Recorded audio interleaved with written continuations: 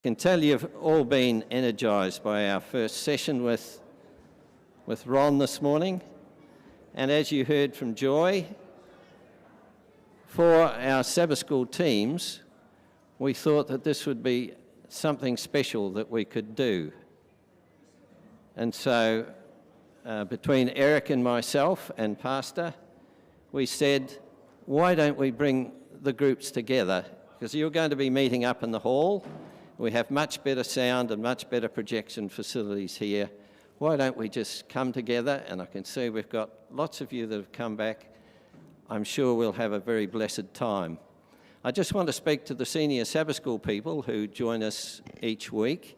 You remember last week we talked about having a special Sabbath School, a senior Sabbath School project, and the deacons will have the double bags.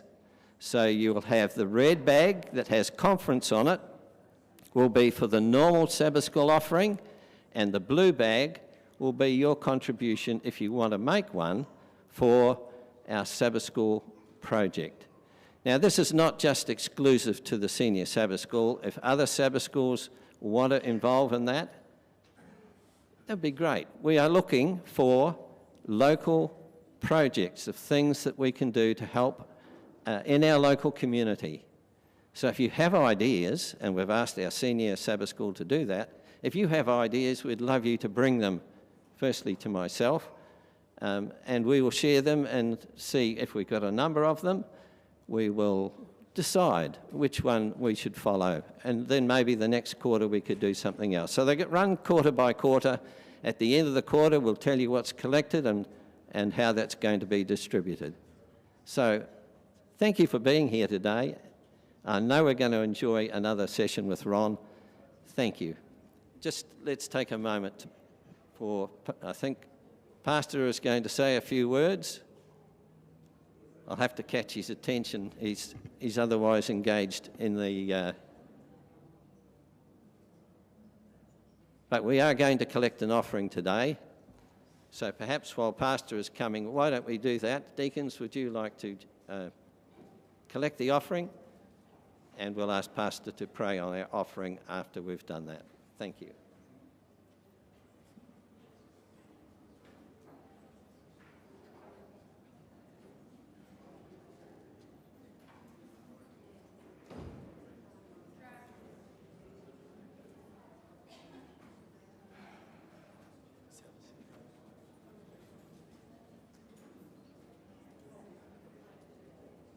Testing.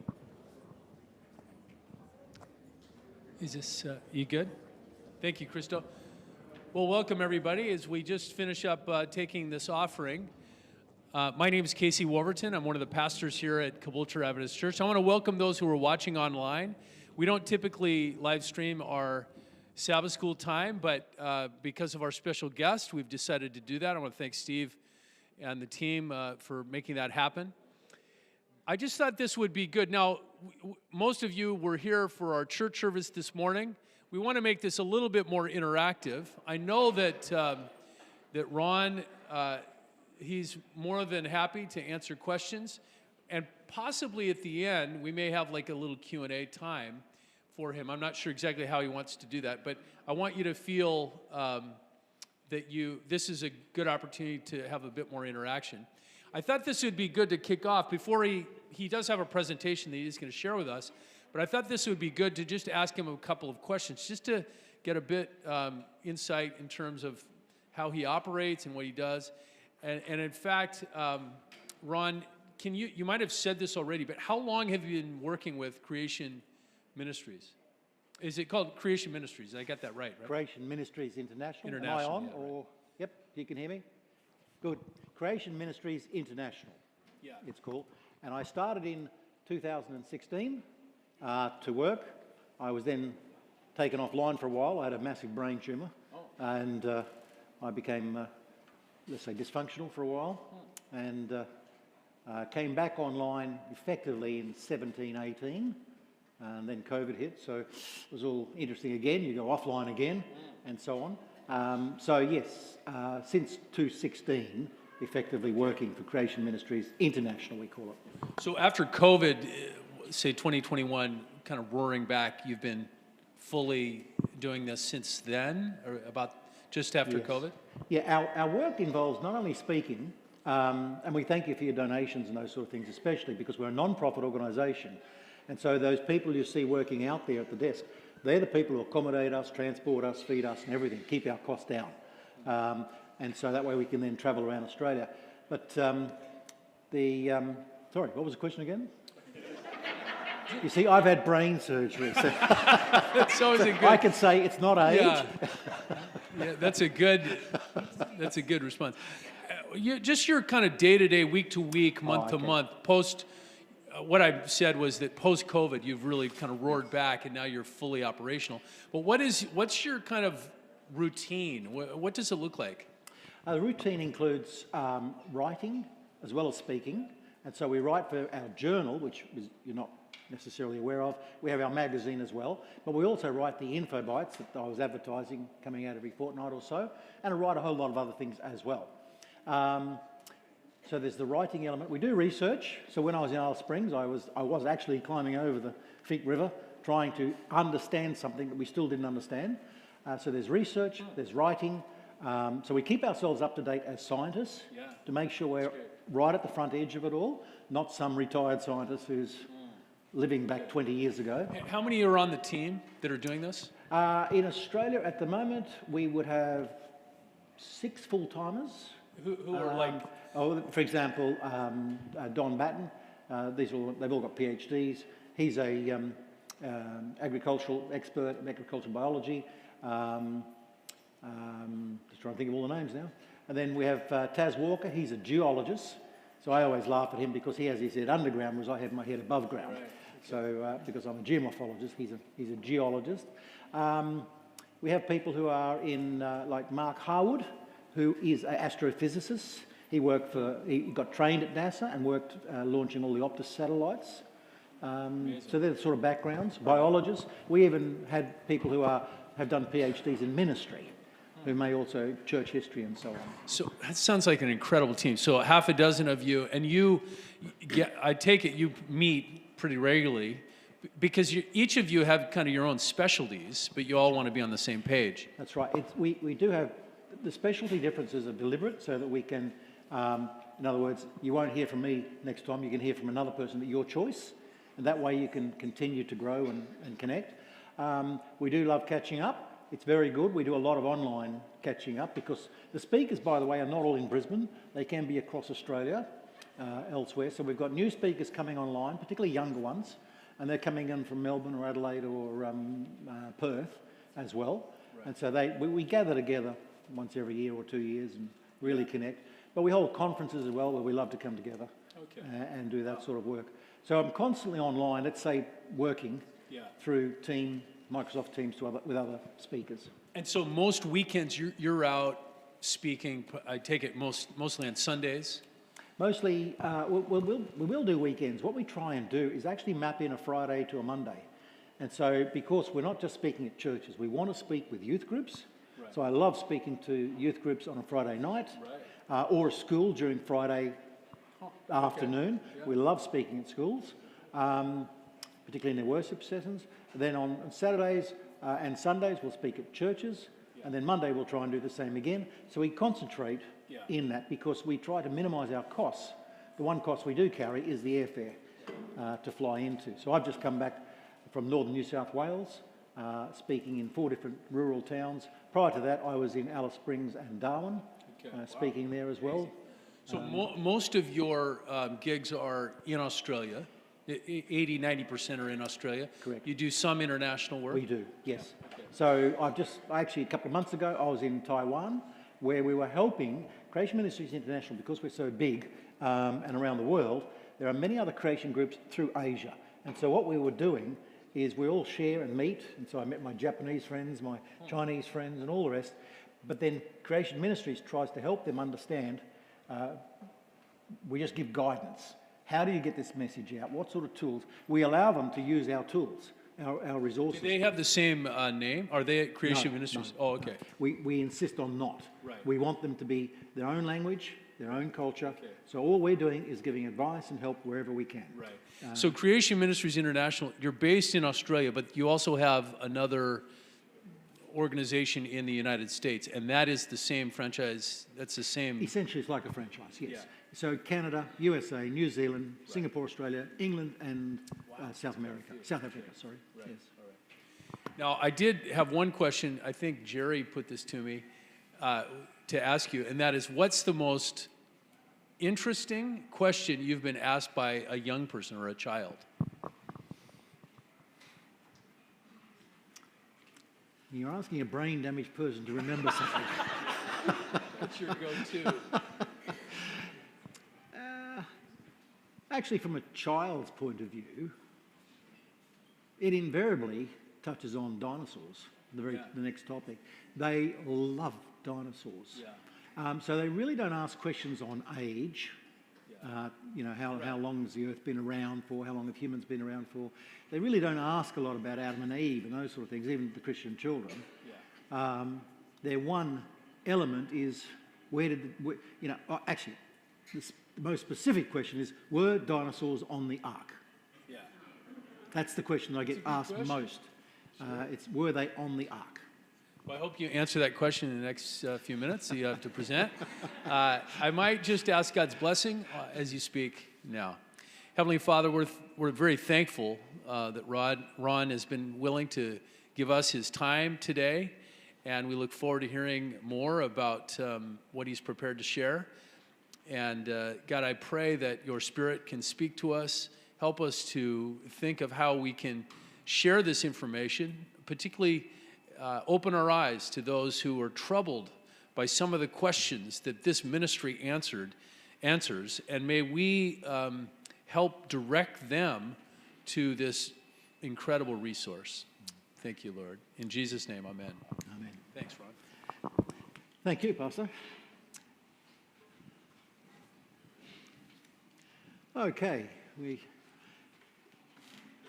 bringing that up, and I've titled this one the Jurassic Park. A bit more light-hearted, a bit more interesting, because I'm going to, if you're young or you love dinosaurs, I think you better get your tissues out. You know, I'm going to shatter your belief in certain dinosaurs and all the rest of it. So better press on that one there. Let's see if that. Not coming up yet.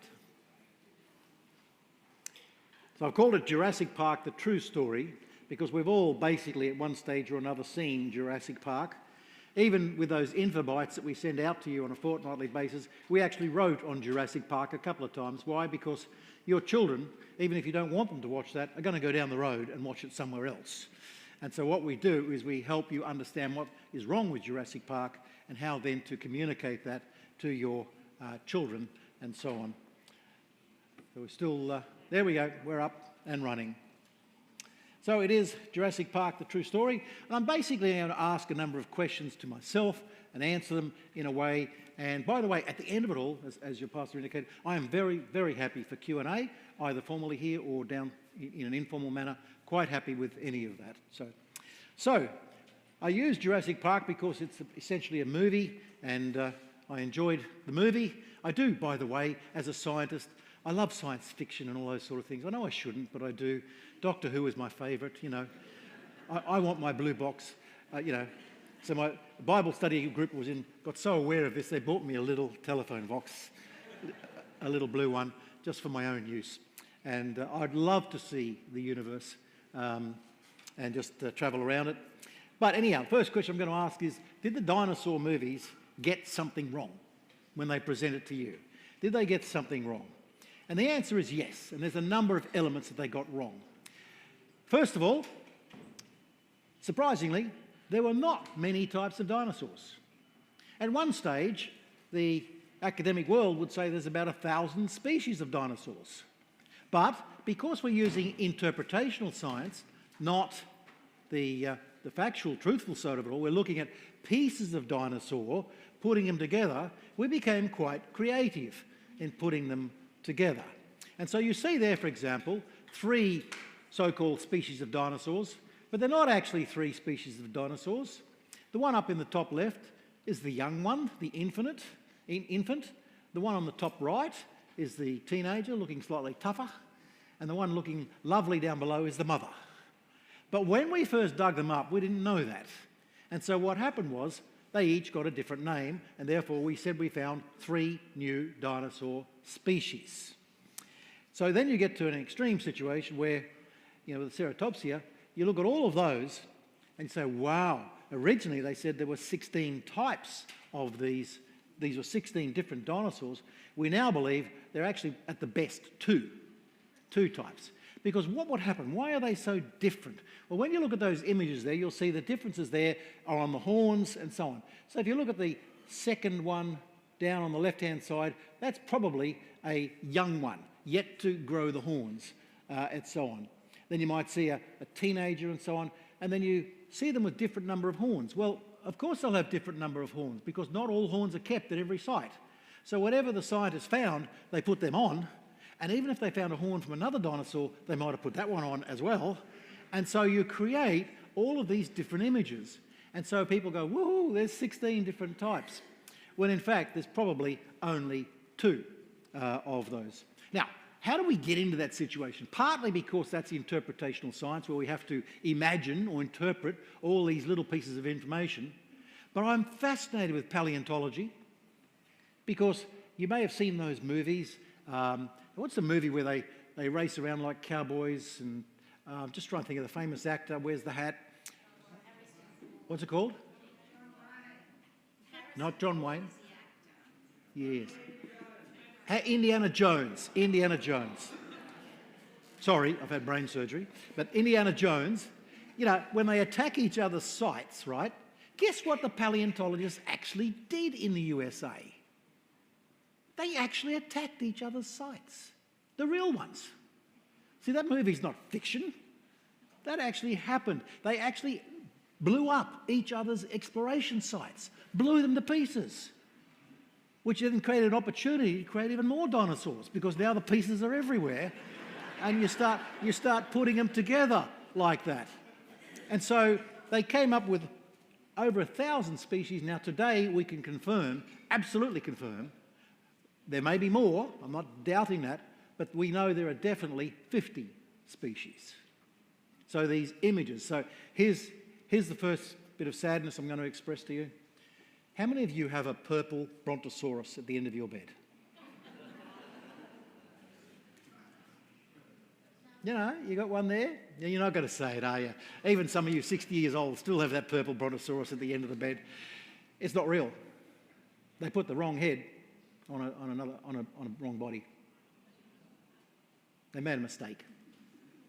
Mainly because probably in one of those sites that they blew up, the head went boom over there. So many dinosaurs, they don't exist. Also, when you go into a museum, be very careful. They'll show you a dinosaur in its fullness. They're not bones. They're replicas. Some dinosaurs, they managed to find one nail, and they've created the whole dinosaur around it. I'm not kidding. They actually have. But that's what a good museum will show you, the parts of the dinosaur that are there that are actually real. But in most cases, they don't. So, first up, is there a lot of dinosaurs? Species? No, there was not. Number 2, there were not large numbers of dinosaurs roaming the planet at the time.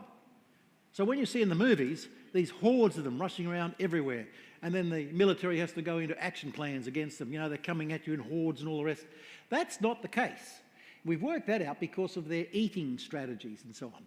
So, for example, the apatosaur here would need something like a 2 to 4 square kilometre area to get at least enough of the vegetables, the green stuff, that it likes, 2 to 4. Now, a T-Rex, on the other hand, has been calculated that an individual may need up to 500 square kilometres to get the food. So if a male met a female and they did the right thing and they got married, they would have to roam over about 1,000 square kilometres, is the estimate of scientists, to get enough food to keep themselves happy. Isn't that fascinating? So could you imagine yourself in a world with no cars, and there was T-Rex running around? What would happen if you saw a T-Rex? I mean, what's the probability of you seeing a T-Rex? Virtually zero. But anyhow, the other element of them all is not only were they need a large area for actually grazing and so on, they were essentially herbivores. The majority of them were herbivores. And though I've given you a patasaur there, which looks nice and big, the average dinosaur, by the way, is only about that big. What you see in the movies is all these gigantic dinosaurs. And yes, there are some of them that big, but the average dinosaur was quite small. We'll show you a few of those later on. But they were essentially, and this is not Creation Ministries saying all this. As I put there, James Farlow from Purdue University, these are scientists saying all of this. So number one, there were not many species. Number two, they were not abundant, and they were also herbivores. Now you'll look at that and go, oh, look at those teeth. Is that your immediate thought? If I asked you, is that a carnivore or a herbivore? What's your immediate reaction? Carnivore, yeah. Sorry, it's a bat. It eats fruit. Here's the problem. Again, we were not there. We didn't see it. We can't replicate it or duplicate it. We have to interpret it. And thus we make mistakes all the time. And thus we make mistakes all the time. You could imagine today if you took all the dogs, put them underground, turned them into fossils and brought them all up, do you think we'd come up with one species? No. We'd come up with hundreds of species. But it's dog. But they all look different, therefore we have this interpretation, and so on. Just to show you that they're largely absent, here's a modern image of part of upper northern England. How many dinosaurs do you see there? Now, this is an image taken only a few years ago. How many dinosaurs do you see? None. Guess what? That image I took from a site which is a fossil site where they do all this study, because in honesty, no dinosaurs are seen in that photo as it was way back when the dinosaurs were around. They were so rare, your opportunity to see one was so limited. Isn't that incredible? And that's from a fossil professional company going, nah, even had you been around when the dinosaurs were there, your chances of seeing them would have been so small. So again, Hollywood movie got it wrong. The planet was not teeming with thousands of different species, with aggression and all the rest of it. A third point is we argue in schools these days and universities that birds evolved from dinosaurs. Then how do you explain these birds that are actually fossilised with dinosaurs? Because you have an image from Hollywood that there was only one bird species. What was it called? Yep. But in fact, see these birds here? They're all species that are buried and fossilised with dinosaurs in the same sedimentary layers. In other words, we now know that what used to sit on the back of dinosaurs were owls, albatrosses, toons, seagulls. Seagulls were around then, by the way. Isn't that annoying to know seagulls were always there? But they always were there. So this is a fascinating point. Now, we know that. We have all this evidence, but we're not going to change our curriculum. We're not going to change what we teach. We have to present that birds came from dinosaurs, evolved from dinosaurs. Well, they didn't. They were already there with dinosaurs in the burial, in the fossilisation process. And another point, this is going to amuse you, dinosaurs were not that special. In Hollywood, they love to give you these great images. You know, for example, we have here, remember when the T-Rex was chasing the four-wheel drive? You remember, did the camera, in one of them, the camera actually went to the speedometer, and you saw it was doing about 80, and they're going, no, faster, faster, it's catching us, it's catching us. In fact, it's not going to show up, unfortunately. Doesn't matter. I'll tell you now that a T-Rex runs at the best, because we have very good bones and muscle structures, runs at the best 28 kilometres per hour. In other words, if you're a good runner, you will outrun a T-Rex, because humans can run over 30 k's an hour, and the T-Rex can only run it for a very short moment. So if you can't run over 28 k's per hour, what are you got to make sure? That you run faster than the next person? the person next to you. That's... Now, the point is they can only run for a moment. They do not have the bone or the muscle structure to do what you see in the movies. Another one, just to show you that it's all wrong, is the Velociraptor. Now, the Velociraptor, I think, was about this big, human size. It had that sound, you know, like that sort of clicking or clicking sound, and it was intelligent and communicative. Remember that one? And it had, in the very first movie, it had eggs and all sorts of things. And then in another movie, a motorbike races along, and all of these Velociraptors were running next to it. Remember those sort of scenes in those movies? Well, I've got some sad news for you. The species they chose, Hollywood loved that name. They loved Velociraptor. Sounds good, doesn't it? Sounds vicious. Sounds terrible. The Velociraptor is the size of a duck. The Velociraptor has claws instead of a webby thing. That's the difference between a Velociraptor and a duck, right? So if a Velociraptor came up to you and did this with his little claws, what would you do? Kick it. Then what would you do? Double roast it. It's a duck. You just double roast it.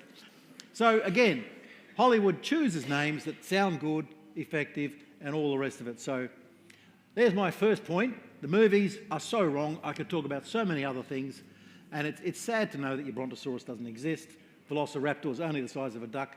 You know, you could have had one in your home, you know, just playing around the back, digging up the garden and all the rest of it. But second question then is, how did dinosaurs become fossils? Well, the one thing we know is they were buried. That we do know. But there's something else about this particular image here. It's not often we get an image of most of the bone structure. We normally get pieces. But there's something interesting here. You notice the neck is arched backwards. So yes, it is buried in sediment, the dirt, it's buried in sediment, but it's buried in sediment and its neck is arched again here. Why? Because they drowned. They drowned and were buried in sediment. Isn't that interesting? That's what a flood does. A flood not only brings a lot of water, it brings a lot of sediment. And so they drowned and they were buried in sediment. Further proof of that, how about we put a dinosaur and a fish in the same sediment? There we are. That's been discovered many, many times, that the fish and the dinosaurs are buried in the same sediment. In other words, whatever flood what was, you know, and go back to the first talk, whatever flood that was, it was a big one because it took dinosaurs out into the ocean and buried them out there under a lot of sediment. In fact, it was an extremely fast process of burying them. Here's one fish eating another, fossilised rapidly. Here's another one giving birth. Now, there are actually 3 young ones there. One is still internal, one is on the way out, and one is further off to the right.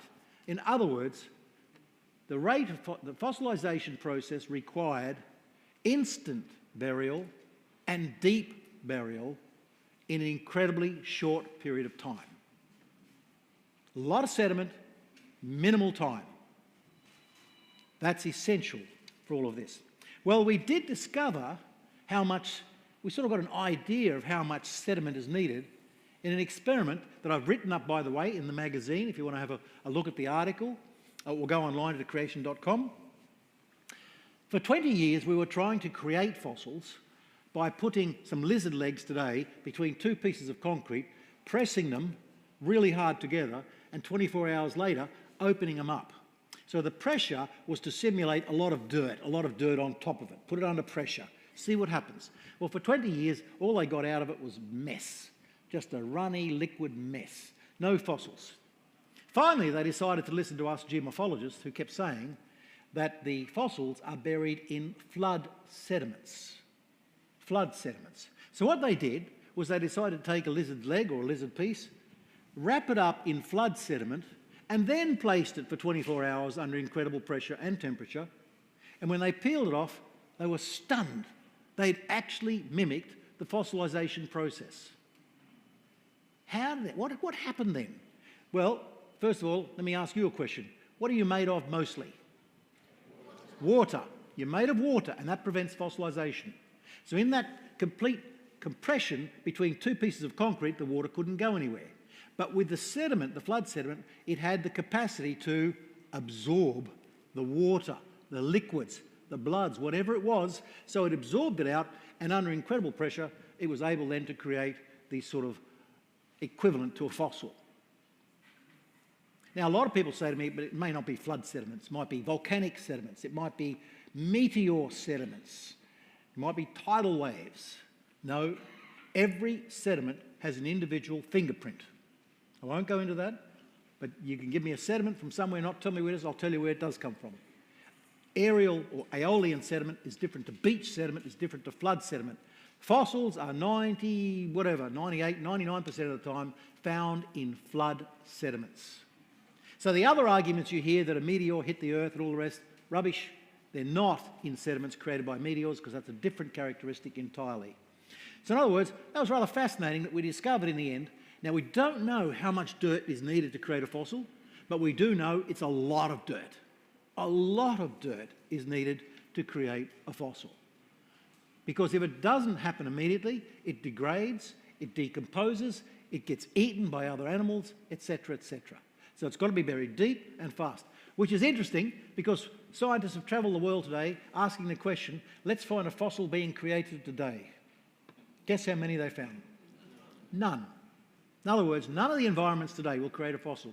So whatever happened in the past is not the same as today, and what happens today is not the same as the past. Something happened in the past that was entirely different to what is happening today, and that created fossils. So we needed to have a lot of water, we need to have a lot of sediment, and that's what it did.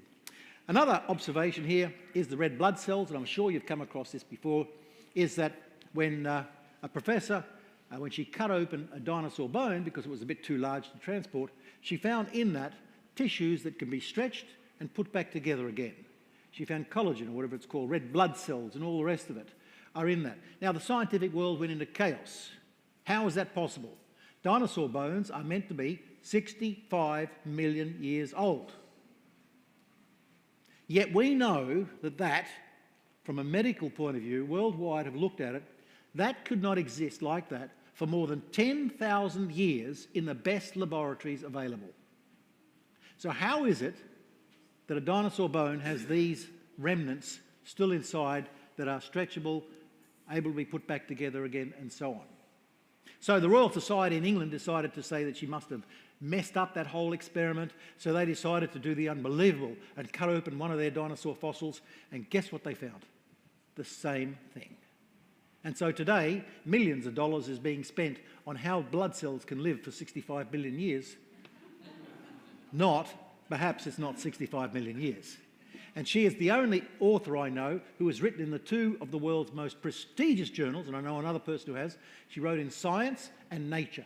If you write in Science and Nature, you are automatically promoted to a professor, full professor in a top institution.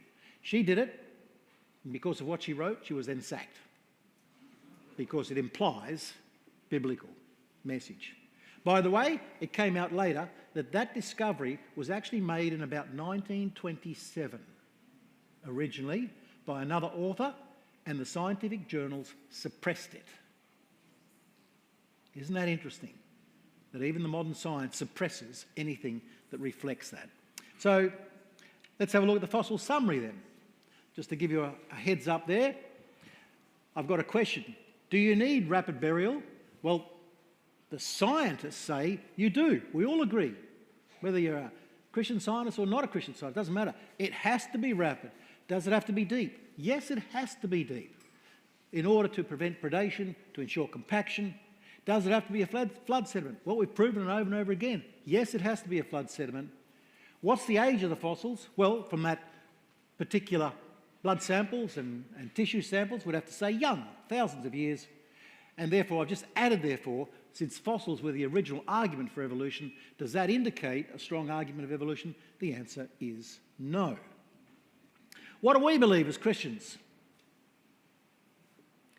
We go, rapid burial? Yes, we have the process. It's called Noah's flood. Rapid burial of the entire planet, tore the planet apart. So don't go looking for any of the planet that was there before flood. It's gone, sorry. It's totally torn apart. Is it deep burial? Yes, we know it was. Because even in the Psalms it talks about all this, it doesn't use the word sediment, but it talks about the sea floor having all this material. The Lord will raise that with his hand and create the land again and lower the sea floor. Yes, it was deep burial. Was it flood sediments? Well, yes, Noah's flood did that. Age of fossils? Well, we don't have a problem with that. According to the Bible, the flood occurred about 4,500 years ago. Evidence of evolution? No, the book of Genesis spells that out very historically and accurately. So we're agreeing, this is fascinating, with modern scientific discoveries, we agree. We don't argue against it. If you need proof that the book of Genesis says so, it does so. It says, "And behold, I myself am bringing flood waters on the earth, and on that day all the fountains of the great deep were broken up and the windows of heaven were open." And when they say, well, where did the water come from? Well, there all the great deep, the fountains of the great deep were broken up. When I was young, we didn't believe there was water underground of any significance. Today, we now know that underground, deep underground, is 3 to 10 times more water than in the entire oceans together. In other words, God didn't even use all the water he had. He just used it. And then people say to me, where did the flood go? It didn't go anywhere. It's still out there. Because the Lord said, I will raise the land and lower the sea floor. So all it did was wash off. Hence you've got your plateaus. Hence you've got them dissected. And these valleys that don't look real, etc., etc., as it flowed off into the oceans. That's why the planet is 70% water. It's still got the flood in it. Now, some of it would have seeped in the ground and all the rest of it, yes. So coming back to that summary then, what we see then is, yes, we don't have a problem. I don't have a problem with that as a scientist or as a Christian. That's the science. That's the Christian view. But guess what is taught in universities today? Is it a rapid burial? No. It's still on websites around the world.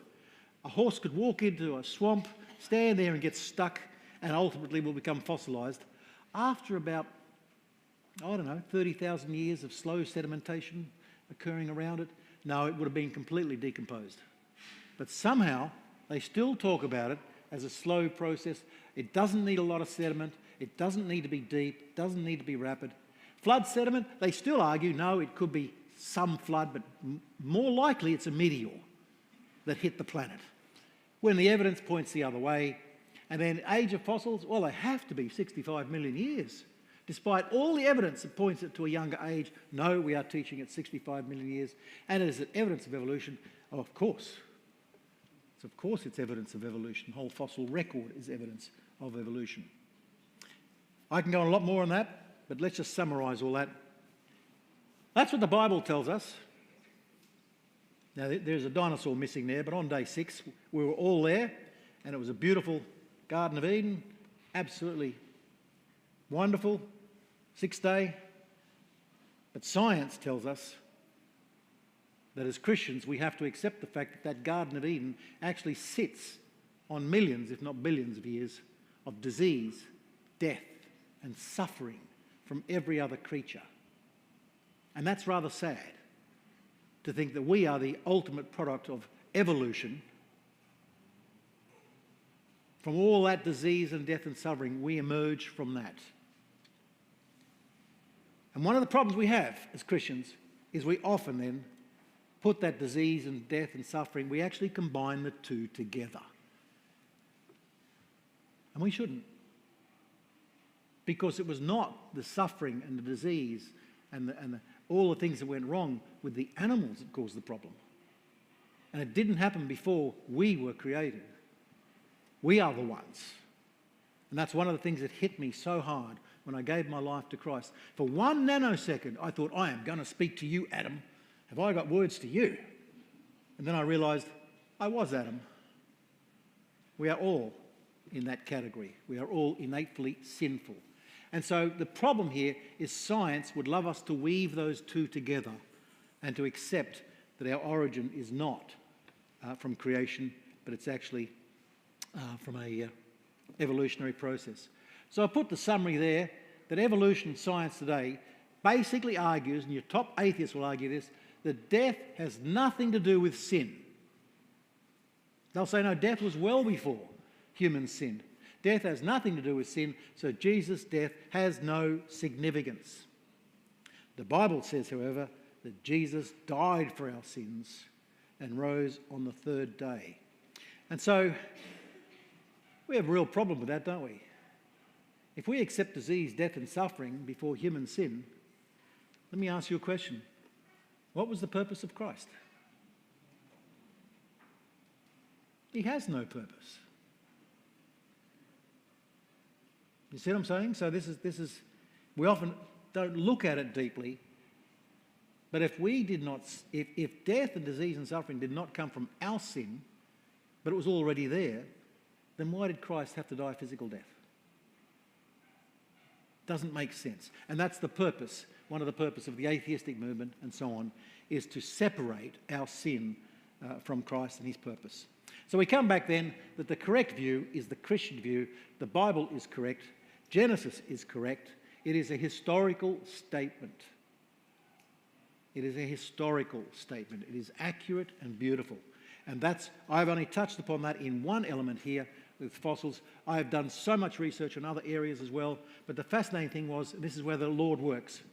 I had gone as a non-Christian down so many lines of research, whether it be microbiology, and microbiologists believe in God too, because what they see is absolutely amazing in complexity and beauty.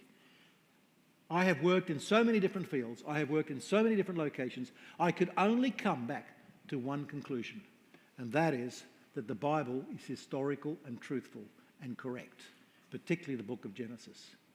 And so I've loved it, absolutely wanted to know more about it, and absolutely enjoyed that journey. So I'm quite happy to answer questions, but first of all, T-Rex would love to say thank you for listening about his or her history and so on. But I'm certainly happy now. Pastor, where's... There he is, down the back there. Pastor. I'm very happy to do some Q&As on any of these topics. It's up to you guys, whether you want to do that. And I'll be honest with you, we don't answer questions if they're not in my area, each of us. We're not going to act like academics and pretend we know everything. If I don't know, I'm going to tell you I don't know. And secondly, how do you get an answer? Well, you can first of all go to creation.com, but if you can't get the answer there, we love you to write to us directly. We have a Q&A on our website. You write to us, give your question. We're going to send it to a top person around the world, the best we have, to answer that question. And why do we love that? Because that tells us what is a topic that we need to expand upon a bit more. So that topic, when we write an answer to that, we might say, hey, I tell you what, that needs to go into InfoBites if people are asking those questions. Yeah. So this we use as a feedback. So questions? Okay, here we go. I was very interested to hear that you deliver this sort of message in schools, and I'm wanting you to elaborate on that. Is that Christian schools, public education schools, and how do you get through the red tape to be able to deliver that message? Very good question about these schools and so on. Essentially, it's Christian schools, and essentially, particularly in each state does differ. But for example, within Queensland now, we're essentially not able to speak within a science class. I have been smuggled a couple of times into a science class without the school knowing, but essentially what we do is we speak in their Christian service, their worship time, and we'll give a talk there to the whole school, and that is permissible. But the Queensland law is now getting quite strict. That evolution is now truthful. It's not a theory, it's not a hypothesis, it's now the truth. Each state does differ, but essentially it's Christian schools we get into and church youth groups that we get into. Yeah, so we may occasionally get into a secular school, but that's quite rare. That's actually surprising to me. What about Victoria? Seems like they would be even harsher, but is that not the case? You're after my opinion on Victorians?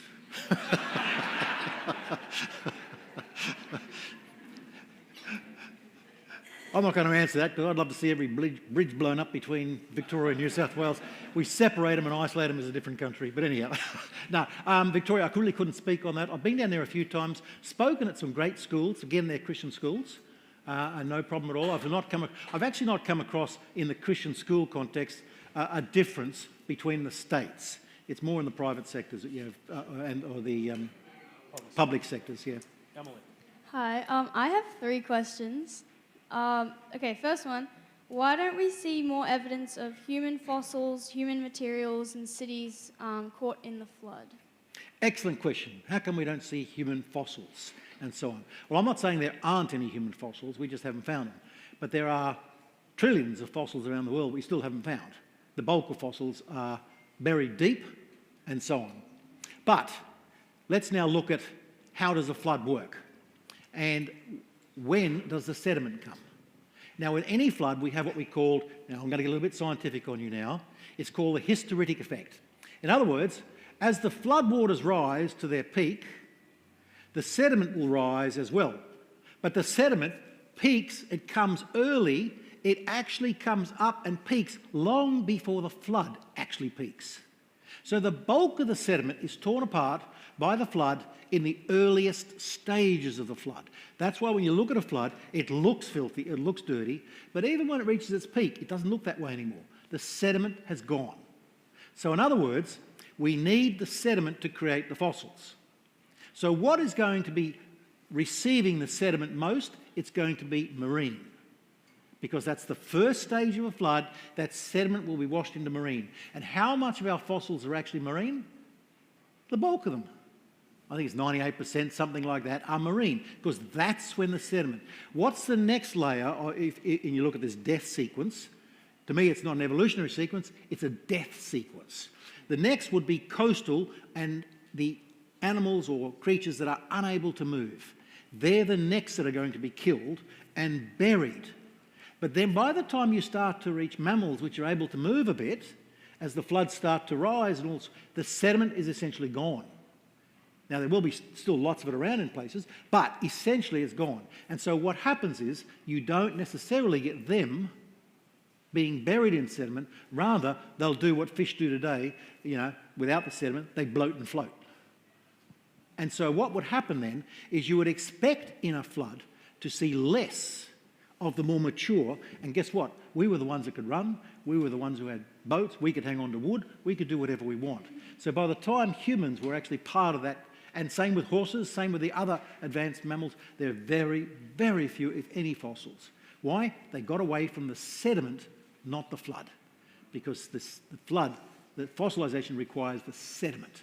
And it comes as a flush, if you like, a flush right up front. That was good. I have 2 more, if that's okay. Okay, my second question.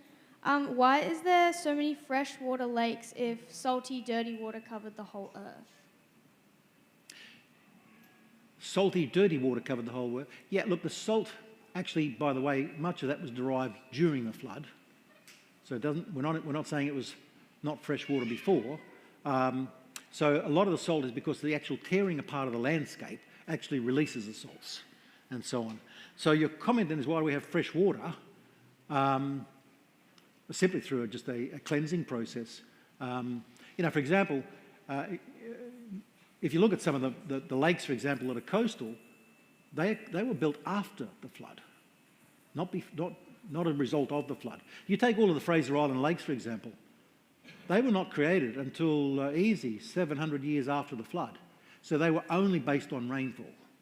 And so you get a lot of that. But inland, you're going to find, yes, there's a lot of, there could have been a lot of salt around, but a lot of it's just been simply leached away or just washed away. So, now, good question. And my third one, do you reckon that in creation, everything had inbuilt age because of carbon dating and things like that? Yes, I was waiting for that question today.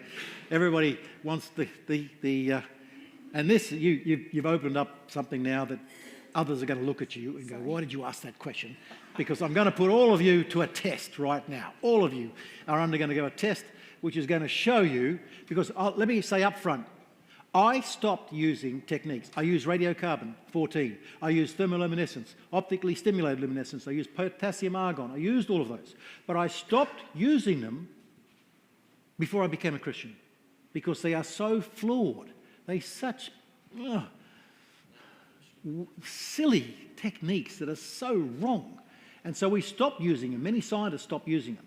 In fact, we're advised by top scientists never use them unless it agrees with your paradigm. So we would take samples, for example, from sediments in the ocean floor, dig down, we might get 10 samples from one layer, send them off to the labs, they'd come back, and we'd have 10 different samples, 10 different dates. Well, which one did we use?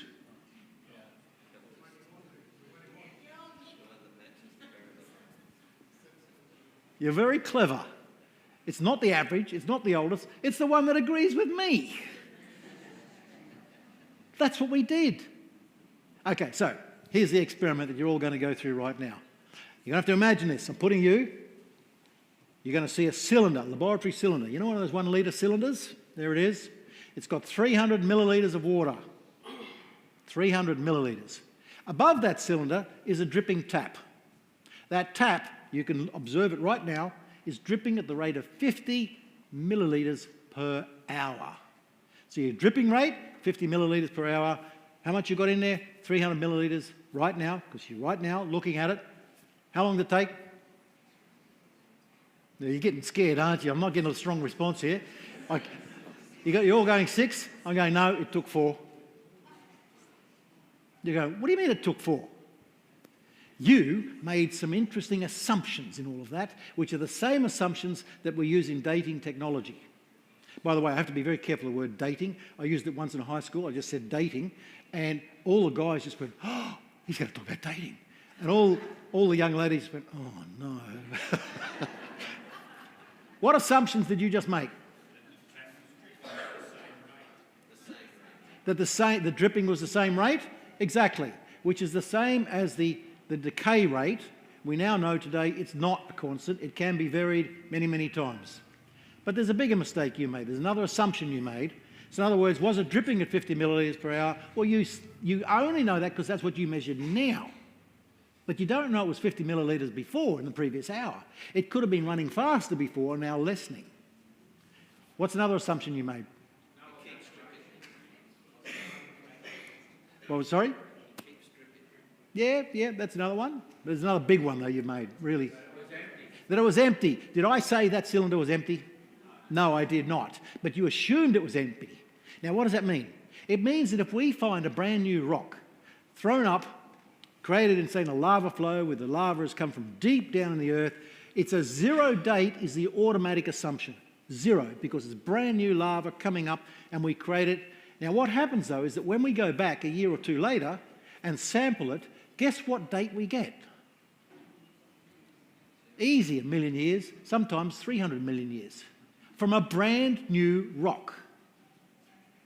In other words, our rocks, when they're formed, do not have a 0 date. Isn't that fascinating? They don't have a 0 date, and then the rate of decay that we use to calculate that is not constant. We know that. It can be affected by so many other things. And here's my third question. Where do you think you were when you observed that cylinder, laboratory cylinder, with a tap? Where do you think you were? Just imagine the environment you were in. Anybody got any idea where you were? Science lab, exactly. No, it's actually outside and it's been raining as well. It's called contamination. Contamination is rife. It goes through the whole system, and so contamination will take out about 90% of the dates. They'll say, oh no, it's contaminated, it's been affected. Even some organic material coming down from a tree, litter, will affect the actual carbon in the sample. Another interesting thing, on the day that Adam started, he realised he needed a woman. On day one. On day one? Yes, he did, yes. So does that answer your question? So in other words, I gave up using radiometric dating techniques before I became a Christian because as a scientist I went, are you kidding me? This technique is so poor. All those techniques are so poor. In fact, today I only use archaeological evidence. And you'll laugh at this. How do I determine the age of a floodplain? I use Coca-Cola bottles. Coca-Cola changed the bottle design over time. So as you go down, you'll find the older Coca-Cola bottles, and you can put it, you know when they were made. So you get a basic date and a depositional rate. Next question. I had a question. Like, Do we, as Christians, believe that the flood separated the world, or was it always separated? Like, When you mean separated, what do you mean by that? you know how people believe that it was once one big continent, Pangea, I think, and then it separated over time. Do we believe that? Into different continents? Yes, into different.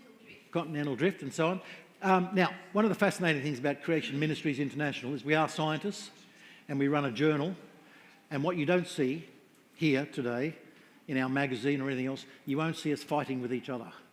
But I tell you what, we're academics, a lot of us, and the journal is a wonderful place for us to argue various ideas. The answer is we don't know.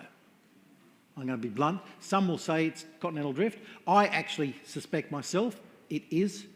I believe the continental drift was a rapid and then slowing process.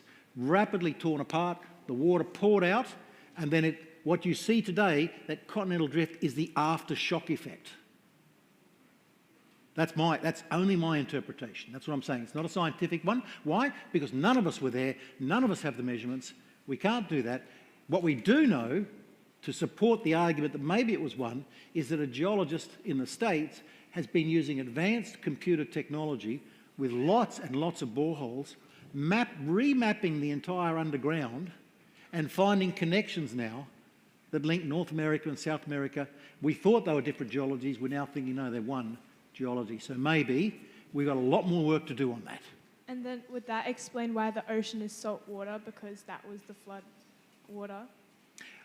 Well, again, we weren't there, so all we can decipher from that is that the salt is derived primarily in its bulk that we see today is from the actual tearing apart of the rocks themselves, the minerals and that sort of thing. Good questions, but in our discussion with each other as CMI scientists, we're just like academics. We love having a lot of fun together and arguing. Question down there? Is there any fossils that have of dinosaurs that have been found with humans? Good question. I can't answer that because it's not a thing I'm familiar. I've heard of these sort of things, and I think early on I read something on that before I even became a Christian. I think one of the problems we have, I can't answer, but I think one of the problems we have is that many fossils are actually not revealed. Many fossils, even of other species, not even humans, are not revealed by paleontologists. They're actually kept hidden. And one chap did a study. He was a doctor, a medical doctor. He travelled around and just said, I'm a medical doctor, I'm looking at bone structures and all that. He got into the archives of some paleontology and museums. What he found stunned him, but it's not being made available publicly. So the paleontologists aren't necessarily being open at all times. In fact, I was quite stunned when I first looked at this to find that a farmer up in Mergen found fossils on his property and immediately covered them up. Because apparently under legislation, if you find fossils, your land now has to be handed over to the paleontologists. So your farming comes to an end. It's like the mining rights. Paleontologists have the same rights. And so they can take what they like and do what they like. So I can't answer your question, but I do know that a vast majority of fossils are not revealed. So it comes back to the question, did we ever find a human? We may have, but we don't know.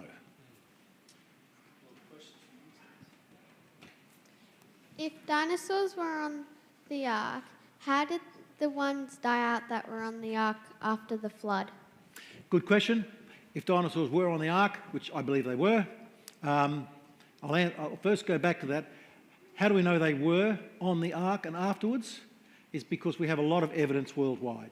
Every culture draws them, but they're not drawing mythical creatures. They're actually replicas of dinosaur fossils that we do have.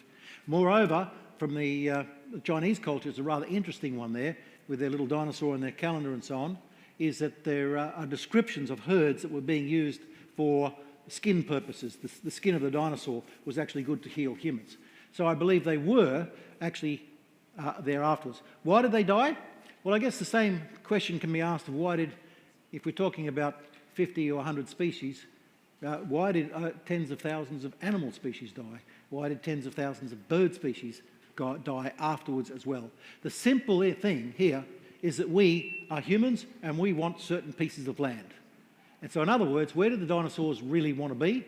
Most of them wanted to be in like coastal, swampish, lots of water, lots of good vegetation. Where do we build our cities? In the same places. We build them at the river mouths, at the ocean, and we do so. And people say, well, so what do we do with the dinosaurs? I would say we ate them because they're good to, they're slow moving, easy to harvest, and so on. And people said, we wouldn't have done that. Well, I said, if we didn't do that, then what did we do with the crocodiles? The crocodiles originally went all the way down to New South Wales. But what did we decide? We didn't want them. We wanted them as handbags. We wanted them as crocodile steaks. So we wiped them out all the way back up to northern Queensland. That's why you don't see them in Brisbane anymore.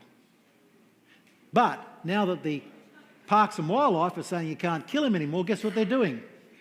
They're migrating back down. In other words, we do have evidence that as humans, we simply took out a lot of species. And I don't think anybody cared less whether they were dinosaurs or not, because we didn't even have those words, necessarily. It wasn't until about 1840-something we invented the word dinosaur. So to us, they were just another creature. And I think the bigger question is, where do the other species go? Most of them were taken out simply by human occupation. We're billions. One more question. Ooh, down the back. Do you think it was dishonest of God? Sorry, just go ahead. How did the land break apart? How did the land break apart? Yeah. Well, the possibility, and we were not there. Now, you'd have to talk to Taz Walker, actually, on that one. But the plate tectonics, and I'm not that familiar with plate tectonics. They never really interested me. So, in fact, do we even have a small brochure, one of those free ones, Evan, that deals with that topic that we could give away? We might have one of the booklets.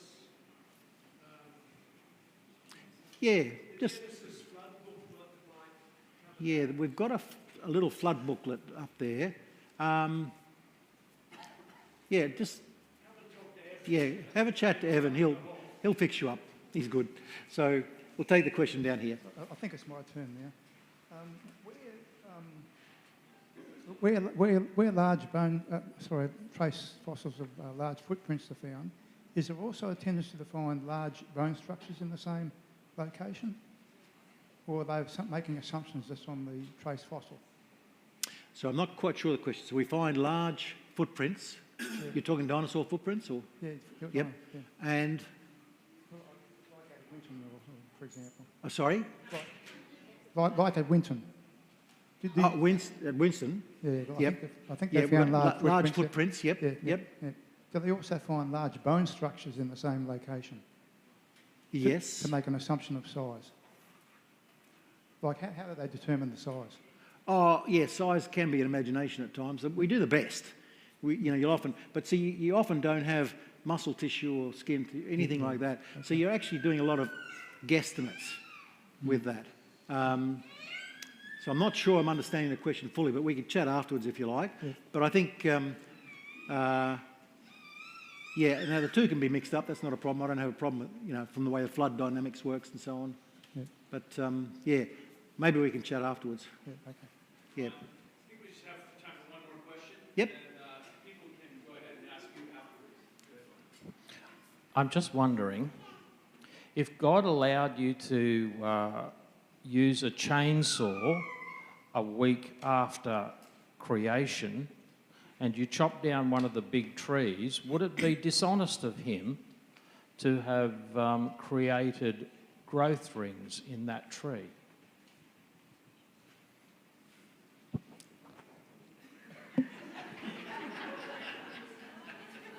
Would it have been dishonest? Don't see that it would have been dishonest.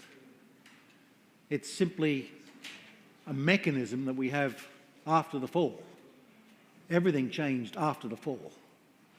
Otherwise, I'd have to say the mosquito's dishonest for biting me when he didn't do it before the fall. I'm not sure I understand the question that well, so again, we could have a chat afterwards. Like a tree in the Garden of Eden. If you cut a tree down in the Garden of Eden, would you expect growth? If you cut a tree down in the Garden of Eden, I wouldn't have thought it would have had tree rings. Right, and so if it did, would it be dishonest of to put tree rings. Yeah, but I don't see any trees surviving from the Garden of Eden. So yeah, no, yeah. Might be a bit of a theological question that you might need a pastor or someone to really talk to and get. All right, sure. Well, thank you so much, Dr. Neller. Ron, thank you. He's done a great job. Wonderful to have you come and share with us. And, I should just say it's very encouraging, I think, and should be, for those within the faith tradition, the Seventh-day Adventist Church, to have champions going around across the country, really across the world, and essentially articulating reasons why, on a deeper level, why we can trust the Bible. And that's very precious to us. We want to support you. We, as a church, we're making a donation to the ministry. Of course, you can support by purchasing these resources, and you can make private donations to this organization. I'm sure that they would appreciate that. And we're very fortunate that we have Philip, just stand up, who works for Creation Ministries International. And if you want further information, now, Ron said that Philip will be the delivery man next week, so if you've ordered resources, he's the one to come and see. But yeah, we just want to pray for you if we can and send you off with a blessing. Feel free, once again, you can come up and talk to Ron afterwards, and the resource table, I believe, is still up there, so you can head back up there if you'd like to. Will you bow your heads with me and we'll pray? Dear God, we're so thankful for Ron and for Creation Ministries International for the work they do. Lord, they, in a sense, they partner with believers across the globe in making the argument in as kind of way as we can that your word is trustworthy and that we can have all the confidence that you are the creator and that you've articulated how you've created the earth, and we can trust that. Lord, I pray that you will continue to open doors for Ron as he shares his message, and may, here in Australia particularly, may we continue to have the kind of environment where society at least tolerates and is open to us being able to go and share this perspective on this kind of science. In Jesus' name, amen. Amen. God bless you. Thank you. Thank you. Put your hands together again and thank Ron for coming. Feel free to head up to the table up there or come up to Ron and ask questions if you'd like to do it. Thank you.